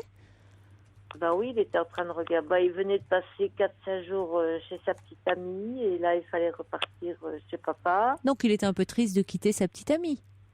Oui. Oui. Enfin chez nous, mais non, pendant les 3 jours qu'il a passé chez nous, il était heureux comme tout. Et avec son père, ça se passe moins bien? Ah oui. Oui, c'est compliqué. Très, très colérique. Oui. Et sa mère, bon, les parents n'étaient pas mariés. Hein. Et là, sa mère, elle est mariée depuis 8 ans avec un homme qui ne leur adresse, lui, son petit frère qui a 14 ans, qui ne leur adresse jamais la parole. Ah bon, à ce point-là? Oui, c'est oui, compliqué non. Du coup. Et c'est récent la séparation de ses parents? C'est-à-dire que le père a dit à ma fille, quand le deuxième a eu 3 mois, bon, je t'aime plus, tu te débrouilles. Ouais. Ah, mais donc il y a un moment qu'ils sont séparés s'il a 14 ans. Ah oui. D'accord, donc c'est plus compliqué. Oui, en effet, c'est plus compliqué en ce moment entre eux. Disons parce qu'ils sont adolescents et qu'il a un peu de mal avec. Voilà. D'accord, oui. Ils sont ados et puis bon, 18 ans et demi, il est encore pas, il est encore à l'école, quoi. Hein. Oui, il est encore dépendant de ses parents, bien sûr. Voilà, c'est ça. Et donc il n'est pas très soutenu, il se sent pas très épaulé. Ah non, il est bien chez nous. C'est terrible ça, mais je lui dis, moi je peux pas, on peut pas, c'est pas à nous de t'élever, quoi. Oui, non, c'est vrai que vous n'êtes pas chargé de son éducation, mais enfin c'est bien qu'il ait un endroit où il peut se poser, où il se sent bien, où il se sent compris, voilà. Oui. Il se sent bien chez nous. Bon, le petit frère, il a 14 ans, c'est pas le même style non, pas le même tempérament. Oui, voilà, le petit, il a encore 14 ans, il est gai partout, lui, il est bien partout. Oui. Mais le grand, non, ça va pas. Et là, il devait repartir en pension, en plus. Pourquoi? Il est pensionnaire. Oui, il est en pension parce qu'il fait une école de mécanique moto, et donc, voilà. Mais peut-être que c'est, dans un sens, c'est peut-être pas plus mal s'il s'entend pas bien avec son beau-père, et puis qu'avec son père, c'est un peu tendu aussi. Il s'entend bien avec... Vous êtes mariés? Ah, moi, nous sommes mariés depuis 42 ans, oui. Oui, c'est bien, vous représentez la stabilité pour lui. Voilà. Oui. Et il s'entend bien avec son grand-père? Ah, super. Oui, bon, c'est bien. Oui. Super, et puis quand il vient chez nous, il donne un coup de main, il tourne la pelouse. Oui, il est très serviable, il est gentil. Ah oui. Et il vient souvent vous voir? Ah ben, il a sa moto, il vient quand il veut. Hein. Vous êtes il a à même côté. le permis voiture. Vous habitez à côté de votre fille ou de son père, je ne sais pas. Oui, on est à 10 km. Bon, donc c'est bien. Il peut, voilà, c'est pas comme si vous étiez déjà éloigné. Il peut, quand il a besoin de souffler, de se ressourcer, il sait qu'il peut venir chez ses grands-parents. Bon, je l'appelle, je prends ses nouvelles. Surtout cette semaine, j'en ai pris beaucoup parce que dimanche, ça m'a fait très mal au cœur. Oui, de le voir malheureux. Mais ça se trouve, ça allait mieux après. C'était le moment de vous quitter. Il était un peu anxieux. Et du coup, il n'a pas voulu aller chez son père, donc j'ai appelé ma fille et il a passé la nuit chez sa mère, quoi. Mais... Vous l'avez dit à votre fille que la réaction là qu'il avait eue en partant? Ah oui, non, mais elle le savait. Mais peut-être pour qu'elle en parle à son compagnon, pour qu'il essaye quand même de mettre un peu d'eau dans son vin et au moins de lui parler. Non, il n'y a pas beaucoup de dialogue. Mais votre fille essaie pas d'intercéder un peu en leur faveur, enfin, de dire à son compagnon que bon, même si c'est compliqué, pour faciliter la vie de tout le monde, ça serait bien quand même qu'ils se parlent. Non. Bah oui, mais enfin pour elle, c'est pas simple non plus d'être au milieu de son compagnon et de ses enfants qui se parlent pas. C'est pas drôle. Ah oui, mais comme elle dit, moi, ma vie, un jour ils vont partir et puis bon, et puis elle essaye d'arranger, d'arrondir les angles, mais c'est pas. Oui, mais trop certainement, parce que bon, elle devrait quand même pouvoir dire. Oui, puis dans les faits, elle privilégie quand même son couple. Elle dit, voilà, un jour ils vont partir et moi je serai avec cet homme, d'accord. Mais enfin, pour le moment, quand ils sont là, elle est encore, je suis désolée, responsable de ses enfants. Faire en sorte quand même qu'on n'en arrive pas à un climat comme ça assez hostile où on se parle pas. Ah mais c'est vraiment, ils sont bien nulle part, quoi. Ils sont pas bien chez leur père. Si, ils sont bien il est bien chez vous. Voilà. Et puis vous dites que le petit frère, lui, ne réagit pas de la même façon. Bon, il a encore 14 ans, il est gay, il est un peu, voilà. Oui, mais votre petit-fils, par ailleurs, il va bien en même temps. Vous dites, quand il vient chez vous, il est actif, il a sa moto, il se déplace, il a une petite amie, si je comprends bien, il a ce projet. Voilà, il y a le problème de petite amie. Bon, j'ai mon petit-fils, 18 ans et demi, il fait 1m92. Donc c'est quand même un beau garçon, il est très beau garçon.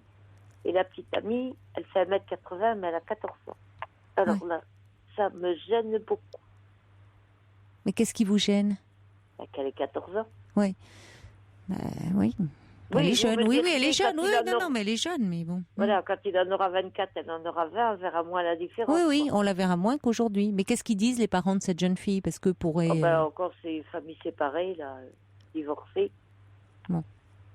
La maman l'a reçue pendant 4-5 jours parce que ma fille n'était pas là. Il n'avait pas voulu aller avec sa mère chez son oncle, donc il est resté chez sa petite copine. La maman l'a reçu, il est très gentil, il aide, il partage les frais. Mais enfin, elle a 14 ans. Oui, bon, elle est jeune, mais c'est les parents de cette jeune fille qui pourraient trouver à redire qu'elle sorte avec un garçon de 18 ans. Parce que je suis d'accord avec vous, autant entre 20 et 24 ans, 4 ans d'écart, c'est rien, mais entre 14 et 18 ans, elle est encore très jeune, je suis d'accord. Et un garçon de 18 ans, évidemment, va manifester des attentes, des besoins qui ne sont pas forcément de l'âge de cette jeune fille. Apparemment, elle couche dans sa chambre, lui couche dans le canapé. Bon. Écoutez, non, après ça les regarde, très franche avec lui et il me dit non mamie, t'inquiète pas. Mais parce que vous la recevez aussi chez vous, cette jeune fille? Ah non, moi je la connais pas. D'accord. Bon, écoutez. Bon, en même temps, il est amoureux, il est en pension, donc finalement c'est pas plus mal. La semaine, il est un peu éloigné des tensions familiales. Oui. Et puis son père, s'il est colérique, il a toujours été. Il a dû toujours faire avec ce père-là et bon. Il n'est pas toujours comme ça. Il peut avoir des moments peut-être où il peut davantage parler avec lui, où il peut être plus proche de lui, peut-être. Bon, en tout cas, il peut parler avec vous et avec votre mari. Donc c'est déjà important. Ah oui, sans problème. Oui, le grand-père et le petit-fils s'entendent super bien. Vous le sentez pas déprimé par ailleurs, votre petit-fils? Non, à part dimanche là. Oui, mais c'est ponctuel. Dans ce que je comprends, c'est ponctuel. C'est pas un jeune homme qui va rester enfermé dans sa chambre, qui n'a pas d'amis, qui est complètement apathique. C'est pas ça. Non. Bon, Donc, il va pas mal dans l'ensemble. Dimanche, bon, c'était la fin des vacances de la région de Bordeaux. Oui, mais c'est ça. Voilà, 15 jours de vacances. Il s'était senti bien, il était dans un cocon, c'était bon. Et puis là, c'est la fin des vacances, c'est le retour, reprendre le rythme du lycée. Bon, c'est un peu tout ça, s'éloigner de sa petite amie, s'éloigner de vous. Bon, il a eu un petit coup de blues, on va dire ça. Je pense voilà. que c'est ça. Il a eu un gros coup de blues et c'est passé. Oui, mais moi, je le prends plus mal, quoi. Oui, mais attention de ne pas le prendre trop mal non plus, voyez. C'est-à-dire que, bon, vous savez, à cet âge-là, comme à d'autres d'ailleurs, on peut avoir des moments comme ça de tristesse. C'est bien qu'il ait exprimé, il a pu pleurer, il a pu vous dire ce qu'il avait, vous l'avez consolé. Maintenant, il ne s'agit pas... Vous allez le retrouver, il va être en pleine forme, hein, vous voyez. Donc, alors que vous allez rester toujours sur cette image où vous l'avez vu pleurer. Il a le droit d'avoir un coup de blues, hein. Oui, bien sûr. Bon, c'est bien qu'il puisse l'exprimer, vous l'avez consolé, rassuré, voilà. Il va pas mal par ailleurs, c'est ce qui compte. Non, pour ça, dimanche, quand je l'ai vu, j'avais peur que ça fasse une bêtise. Non, mais enfin, heureusement que c'est pas parce qu'on exprime un moment, même un garçon qui pleure, qui dit qu'il est pas bien, voilà, que c'est pas pour autant qu'il va faire une bêtise. Vous voyez, il faut pas trop dramatiser non plus. Si il est par ailleurs dans un contexte où il a des copains, il a une petite amie, il sort, il est actif, il est bon. Vous voyez, vous me diriez, non, il est très isolé, il n'a pas de copains, il reste toujours enfermé dans sa chambre, il est triste, il est assez effacé, on le voit jamais sourire. Bon, je vous dirais, oui, il y a peut-être lieu de s'inquiéter et de le faire rencontrer quelqu'un, mais c'est pas le tableau que vous décrivez. Donc bon. Non. C'est à vous de... Hein, quand il est avec nous, on a vu d'autres. Eh ben voilà. Il est avec nous, il est gai, il est bien. Donc il va bien, voilà. Mais il a le droit d'avoir des petits coups de blues de temps en temps. Ouais, c'est vrai. Et même si, ses parents sont pas les soutiens, il trouve pas auprès de ses parents le soutien qu'il aimerait, mais il vous avoue, donc ça compense un peu. C'est gentil, Caroline. Vous me rassurez. Oui. Mais merci d'avoir appelé. À vous, merci de votre confiance. Au revoir, Micheline. Au revoir, Caroline. Pour dialoguer avec Caroline Dublanche, envoyez nuit suivi de votre message par SMS au 7 39 21, 65 centimes plus coût d'un SMS. Bonsoir, c'est Stéphane ? Non, j'attends un garçon là, mais je ne sais pas s'il est là. Frédéric. Bonsoir Margot. Bonsoir. Bonsoir. Je suis à l'antenne là, non ? Oui, tout à fait. Non, parce que j'avais une autre personne tout à l'heure, donc c'est pour ça. Donc en fait, je vous appelais parce qu'en fait, j'ai eu une rupture sentimentale avec une fille. Donc je suis lesbienne, ça là-dessus, il n'y a pas de souci.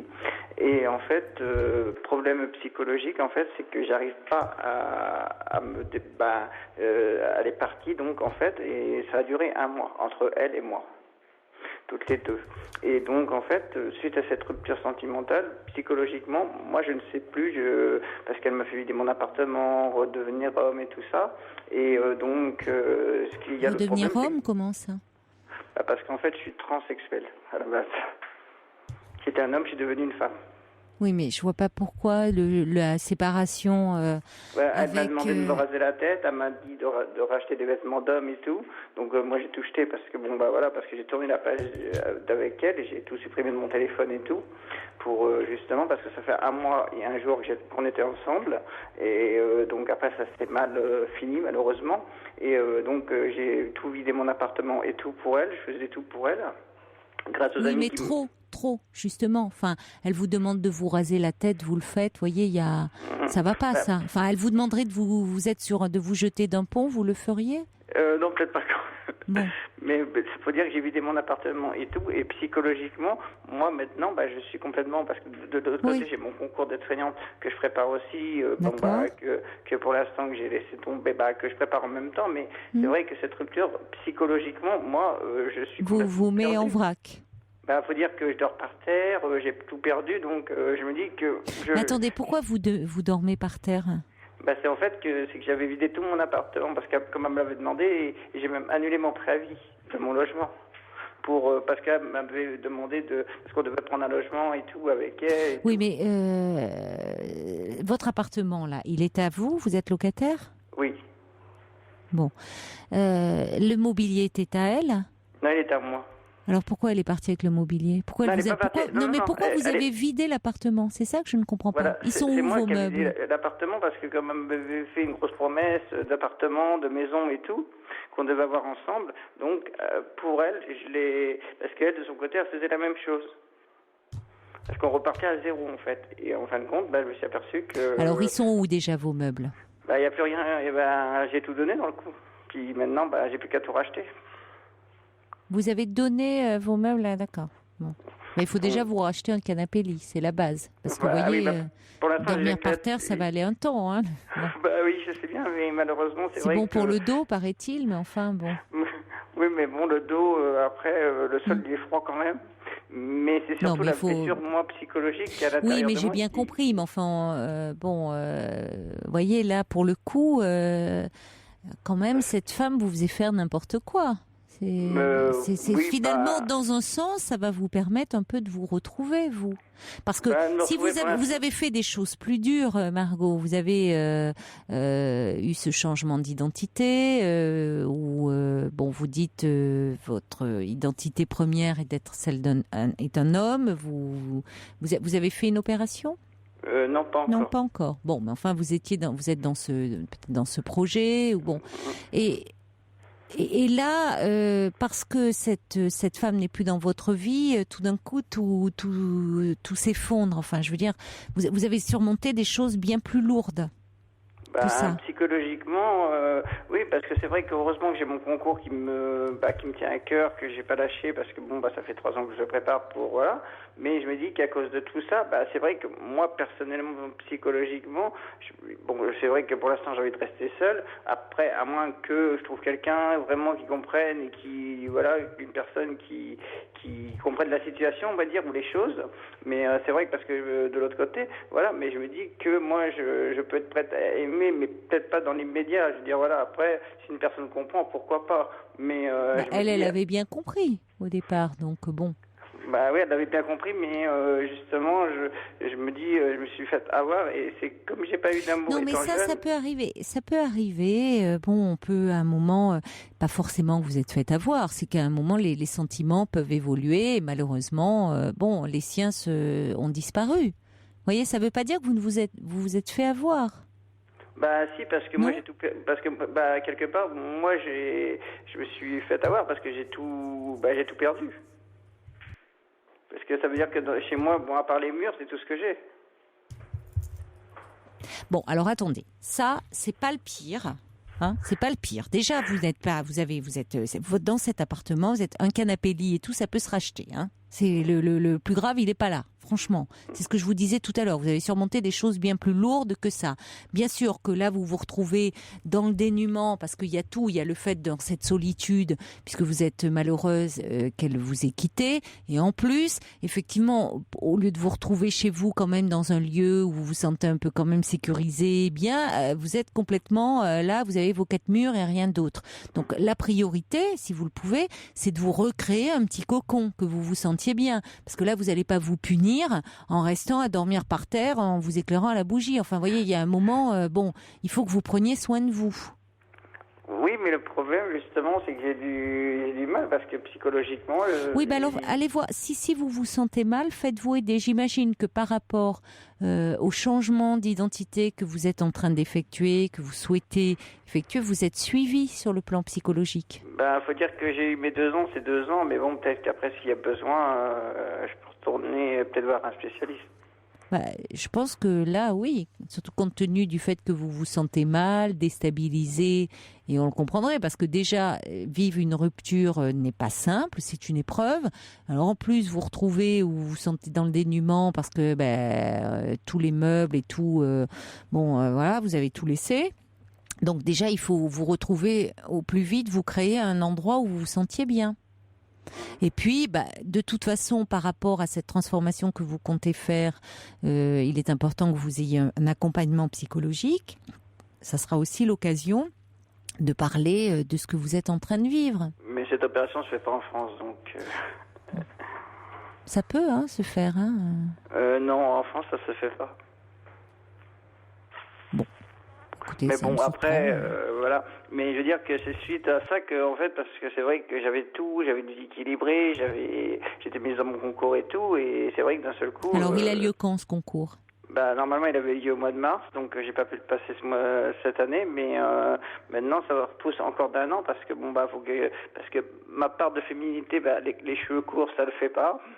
Vraiment, donc c'est pour ça que j'attends à avoir les cheveux longs et tout ça, donc je me dis après peut-être qu'avec les cheveux courts je pourrais faire une coupe ou tout ça, mais c'est vrai que c'est tout ça qui je peux pas me projeter dans la vie, je veux dire. Non mais attendez, vos cheveux ça va repousser. Oui, ça je sais que ça repousse, mais c'est et entre-temps, vous pouvez mettre une perruque aussi, hein. Vous pouvez. J'ai non, essayé, il y en a mais des ça très me rend bien. encore plus mal que. Donc j'ai tout enlevé. J'ai tout enlevé. J'ai enlevé la perruque, pas tout, parce que voilà. Mais je veux dire, c'est vrai que les cheveux ça repousse, mais c'est vrai que c'est intérieurement, ça fait partie de la blessure, et c'est que je me dis, j'ai l'impression de pas retrouver une vie comme Monsieur et Madame tout le monde, une vie normale. Bon. Chaque chose en son temps. Là, il est important déjà par rapport... alors c'est vrai que le concours, vous n'êtes pas dans les meilleures dispositions pour le passer, si vous vous sentez mal comme ça, et peut-être qu'après tout, si vous pouvez pas, si vous vous sentez pas en condition, vous pouvez vous présenter, mais après tout, si vous ne l'avez pas, c'est pas la fin du monde. Vous le repasserez à ce moment-là, un autre moment où vous vous sentirez mieux, où il y aura moins de bouleversements dans votre vie. Je me dis que pour le concours, de toute manière, je préfère attendre. Même si les mots me reviennent dans la tête et tout, parce que tout ce que j'ai appris, j'ai pas oublié. Bon.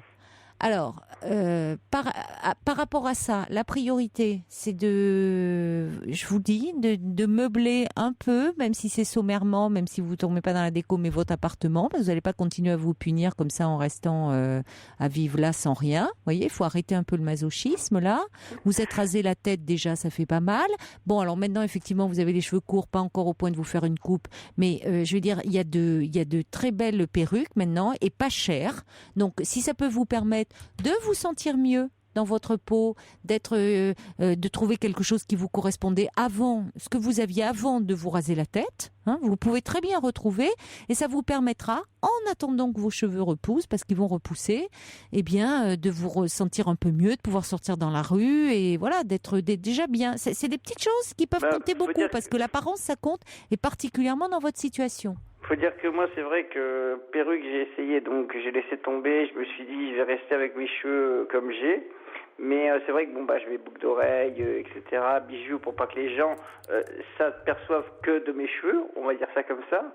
Mais c'est vrai que je me dis que c'est vrai que moi, ça oui, l'image que vous renvoie votre glace, votre miroir ne vous plaît pas. Bon, et parce qu'en plus, ça correspond à un moment où c'est lié à cette femme. Mais enfin, on voit bien à quel point vous étiez dans quelque chose d'autodestructeur. Elle vous dit de vous raser la tête, vous vous rasez la tête. Enfin, vous voyez, à un moment, ça va pas, quoi. Et d'ailleurs, vous dites, cette femme fait que je redeviens homme. Non, c'est pas aussi simple. C'est-à-dire que tout vient de vous. Et il y a vraiment des choses, et c'est pour ça qu'il faudrait que vous reconstruisiez, que vous travailliez là-dessus, sur cette question d'identité qui est essentielle, en étant accompagné sérieusement sur le plan psychologique. Et là, c'est vraiment l'occasion de le faire. Parce que, vous voyez, c'est pas parce que quelqu'un, elle vous enlève pas tout, elle vous enlève pas votre identité. Vous étiez déjà dans un corps qui ne correspondait pas à ce que vous êtes, à votre psychisme, à ce que vous vous ressentez femme, et vous avez un corps qui ne correspond pas à ce que vous êtes. Bon, donc déjà, c'est suffisamment perturbant. Mais c'est pas en partant, elle vous a pas enlevé ça.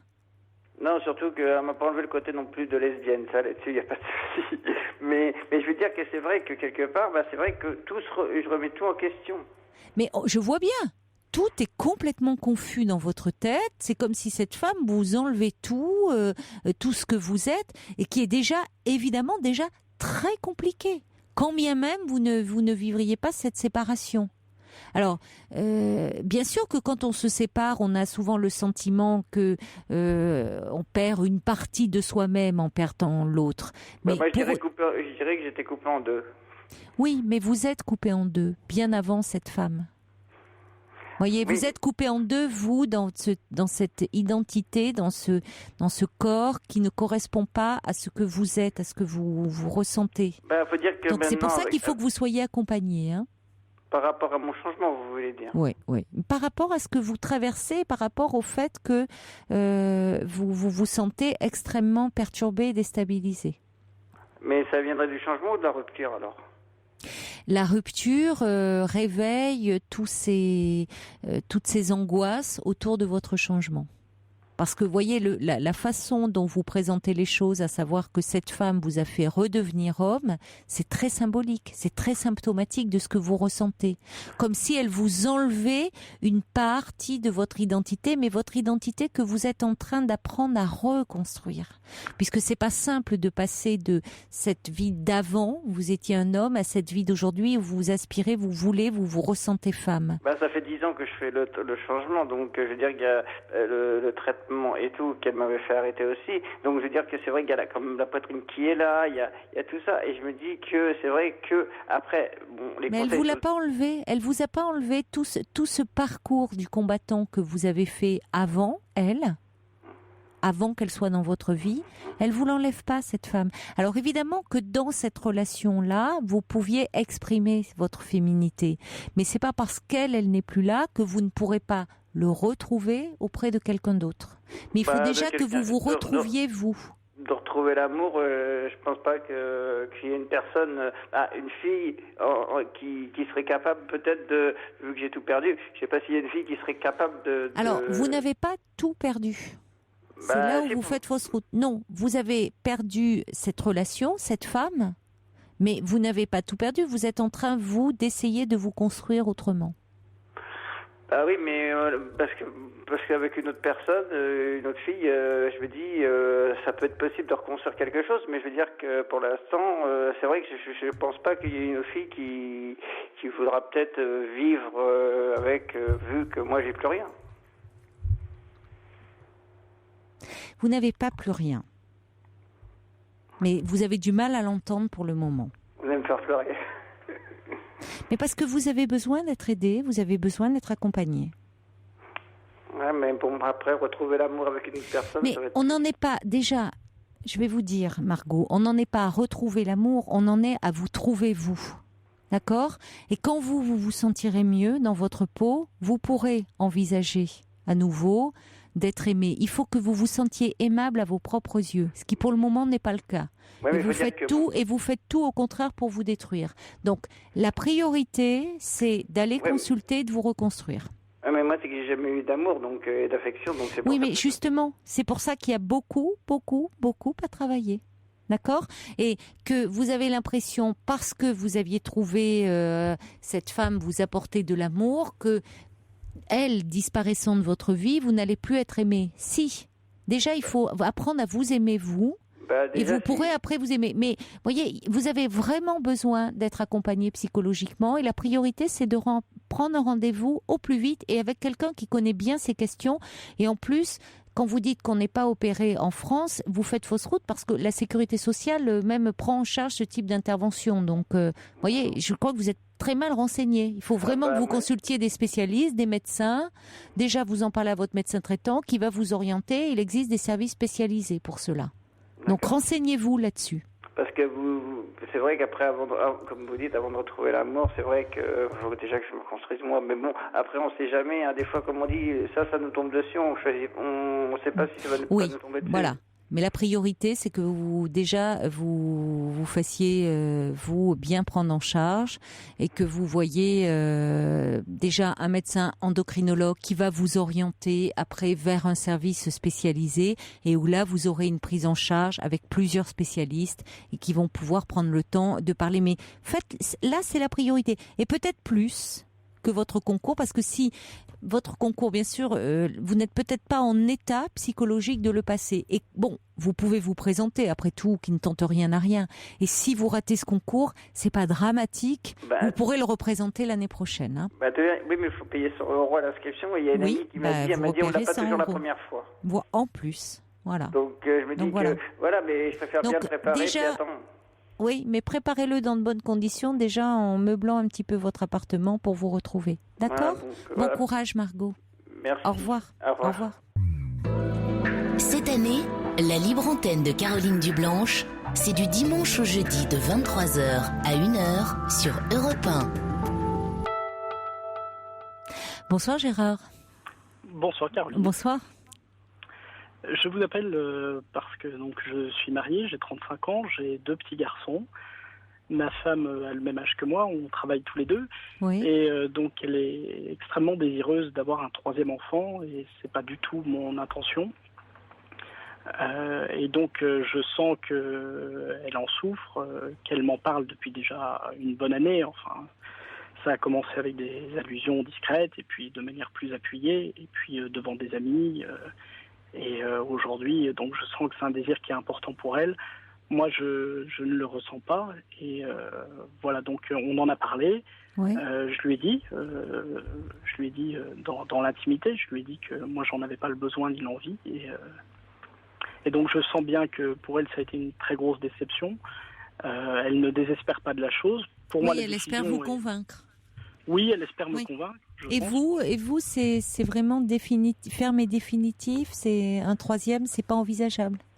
Non, je pense que c'est pas. Pour quelle raison? Vous savez pourquoi? Qu'est-ce qui... Moi, je suis extrêmement heureux avec mes 2 garçons. Je les adore. Ça a été des enfants désirés des 2 côtés. Oui. Je suis extrêmement heureux avec ça. Mais je sens j'ai un besoin d'activité extérieure, de faire d'autres choses aussi. Ça peut paraître assez égoïste par certains côtés. Mais non, pas du tout. Pourquoi ça serait égoïste? Vous avez le droit vous êtes. C'est-à-dire qu'ils sont maintenant, ils sont plus bébés, donc vous appréciez. Petits garçons qui ont 3 et 6 ans. Oui, mais ce sont plus des petits bébés qui demandent toute la disponibilité. Enfin, mais il faut encore les élever, bien sûr. Vous allez avoir des années devant, mais vous avez envie, vous, de retrouver un peu de disponibilité, peut-être pour votre couple aussi, quoi.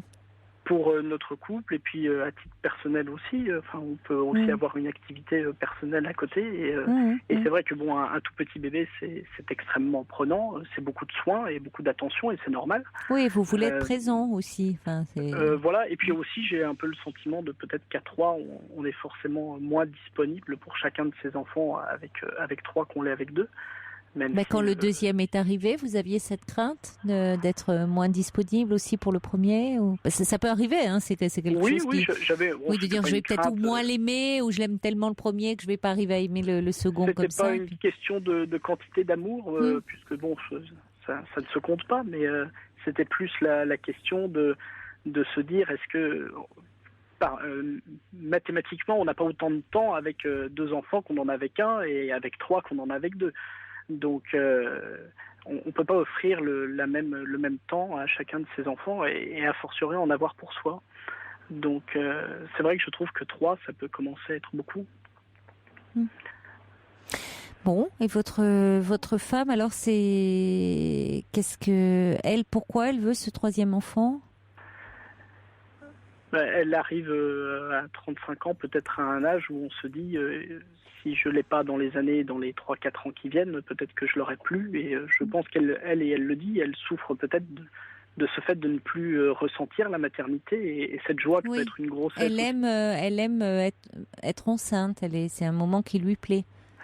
Oui, elle en a vraiment profité dans toute la beauté de cet état aussi. Donc je pense qu'elle aimerait le revivre aussi. Et quand vous vous étiez rencontrés, au début de votre relation, vous aviez parlé dans ce projet d'enfant, vous aviez fixé un nom ou pas?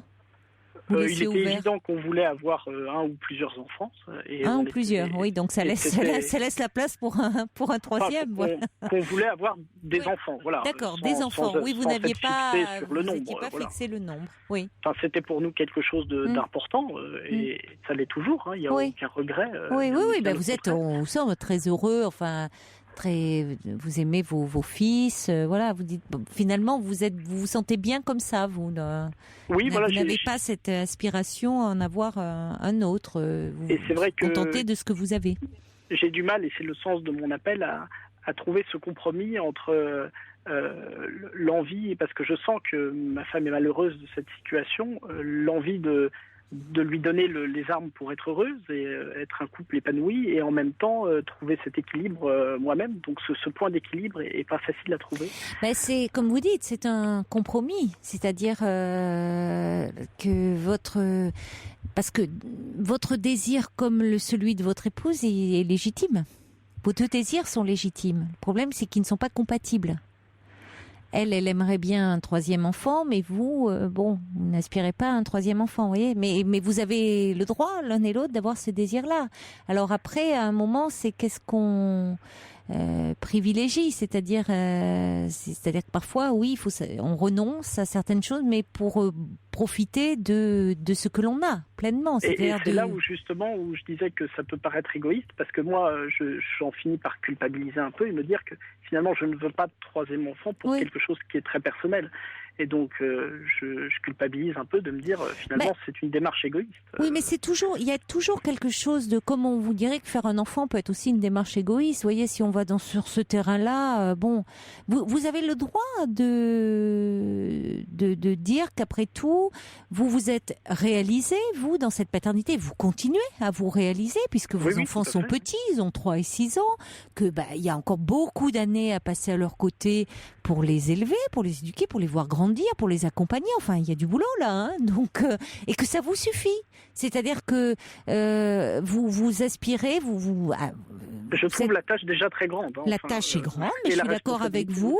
Et puis, vous avez envie d'avoir des moments pour votre couple et puis pour vous, d'avoir et que combiner les tout n'est pas simple. Donc vous êtes fixé certaines limites qui sont tout à fait respectables. Maintenant, votre femme, elle a un désir d'être à nouveau enceinte, d'avoir un autre bébé. Bon, c'est légitime aussi. Mais pour autant, si vous voulez, c'est là où il y a un compromis à trouver, parce que vous n'allez pas dire. Le problème, c'est si vous dites ok, allez, je fais un enfant. De choses l'une, soit vous allez tomber complètement amoureux de cet enfant et vous dire oui, finalement 2, 3, qu'est-ce que ça change, vous organisez comme ça, ou il y a aussi le risque que vous lui en vouliez. Parce que, évidemment, dans les premiers temps, et vous le savez, vous êtes bien placé pour le savoir, vous en avez déjà 2, comme vous dites, un bébé, ça prend beaucoup de temps, ça grignote beaucoup de temps, beaucoup d'énergie, y compris sur l'espace du couple, Et donc, vous pouvez lui en vouloir un peu. Oui, et moi je veux pas. Je comprends, parce que ça peut détériorer votre relation.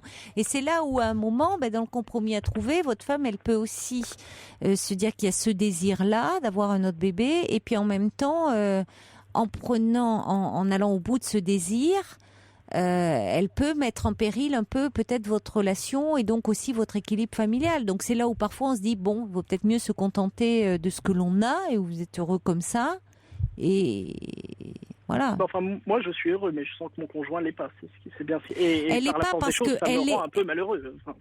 Oui, mais elle l'est pas. Elle n'est pas. Tout est relatif. C'est-à-dire qu'elle a un désir.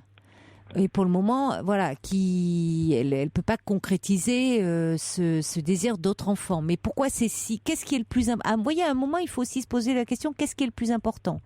Avoir un bébé en prenant le risque que ça fasse exploser votre couple et qu'elle se retrouve à l'élever, en étant des parents séparés. Non, mais je vais au pire, là. Hein. Et que vous vous retrouviez, vous aurez 3 enfants, mais en étant un couple séparé. Bon. Mais elle aura réalisé ce désir de 3e enfant, ou de rester, d'être dans ce que vous vivez là, et puis de dire il y a des enfants qui sont là et qui sont encore petits, qui ont bien besoin de vous. Moi, sans aller sur le pire, c'est simplement la petite rancœur un peu larvée que je crains. C'est le risque, mais c'est un risque. C'est un risque, et comme on peut pas savoir, comme vous pouvez dire finalement tomber en adoration devant ce bébé et puis du coup dire où ce bébé, ce 3e enfant trouverait vraiment sa place, et où c'est comme avec les 2 premiers, vous diriez vous oubliez même le temps où il n'était pas là, quoi. Parce qu'ils font partie de votre vie et qu'après, on ne pense pas à la vie sans enfant ou avec enfant. C'est comme s'ils avaient toujours fait partie de notre vie. Vous voyez, il y a aussi ça, mais vous ne pouvez pas le savoir. Alors évidemment, je reçois un petit message là par SMS qui dit « J'étais dans la même situation que vous ». Et puis, après 2 garçons et ce même écart d'âge, nous avons une petite fille qui fait le bonheur de ses 2 frères et de nous. Elle a aujourd'hui 19 ans. C'est une fratrie formidable. Oui. Ça, il y a le risque. Bon, évidemment, bien sûr que ça peut bien se passer, mais bon. Alors, je reçois un message qui dit aussi, les 2 garçons aimeraient peut-être avoir une petite sœur ou un petit frère. Oui, mais alors là, je suis désolée, on fait pas un enfant pour ses enfants. Et c'est pas parce que les enfants demandent un petit frère ou une petite sœur qu'on leur fait ce cadeau qui est un cadeau empoisonné, de toute façon. On a eu cette réaction avec ma femme. On leur a dit de toute façon, que c'était pas une démarche qui répondait à leurs désirs, de toute façon. Non, puis de toute façon, c'est pas aux enfants de décider. Oui, voilà. Ça regarde le couple, le couple parental. Non, c'est pas eux qui se décident, qui s'occupent du bébé. C'est pas un cadeau à leur faire, de toute façon. Ils n'ont pas ce pouvoir-là. Ça regarde papa et maman. Voilà. Bon, c'est compliqué, mais il faut en parler. Et puis, vous sentir aussi légitime, vous, dans votre désir, forcément, de ne pas en vouloir un autre. Je crois l'être, mais c'était le sens de mon appel, c'est que forcément, au bout d'un moment, à se croire légitime, on finit par se dire qu'on est peut-être trop nombriliste dans son désir et qu'il faut peut-être être plus à l'écoute de l'autre. Mais c'est un peu vous avez le droit aussi de vouloir, dans cette vie déjà de couple, cette vie de parents, cette vie professionnelle, de dire d'avoir aussi un petit peu un temps pour vous de respiration, parce que c'est ce qui vous permet aussi d'être bien dans vos autres rôles d'époux, de parents, et que vous êtes heureux comme ça et vous pouvez le dire. Je vous remercie beaucoup, Caroline. Vous voyez, je veux dire, c'est là où c'est compliqué, c'est que vos deux désirs sont légitimes. Vous n'êtes pas moins légitime dans votre non-désir que votre épouse dans son désir. Et là, le problème, c'est que pour le moment, ils ne sont pas compatibles et que vous allez devoir trouver un compromis. C'est le début. C'est le début, mais en parlant, vous allez trouver en parlant l'un et l'autre. Merci en tout cas. Merci de votre appel, Gérard. Au revoir. Robert Francis Junberg, un petit message de Yann pour Gérard qui envoie un mail qui dit ce gars il a 35 ans, 2 enfants, il a enfin envie de profiter un peu de la vie et ça se comprend, c'est ce qu'il essaye de vous dire entre les lignes. Et puis il y a Eridan qui dit vous êtes un homme honnête, aimant et libre, c'est une règle de 3 de l'esprit qui vous fera forcément faire le bon choix. Et puis Estelle dit finalement on en voulait 3, on reste à 2 et ça se passe très bien. Allez, très belle nuit à vous, faites de jolis rêves, excellent week-end, reposez-vous bien, à dimanche, il est 1h sur Europe 1.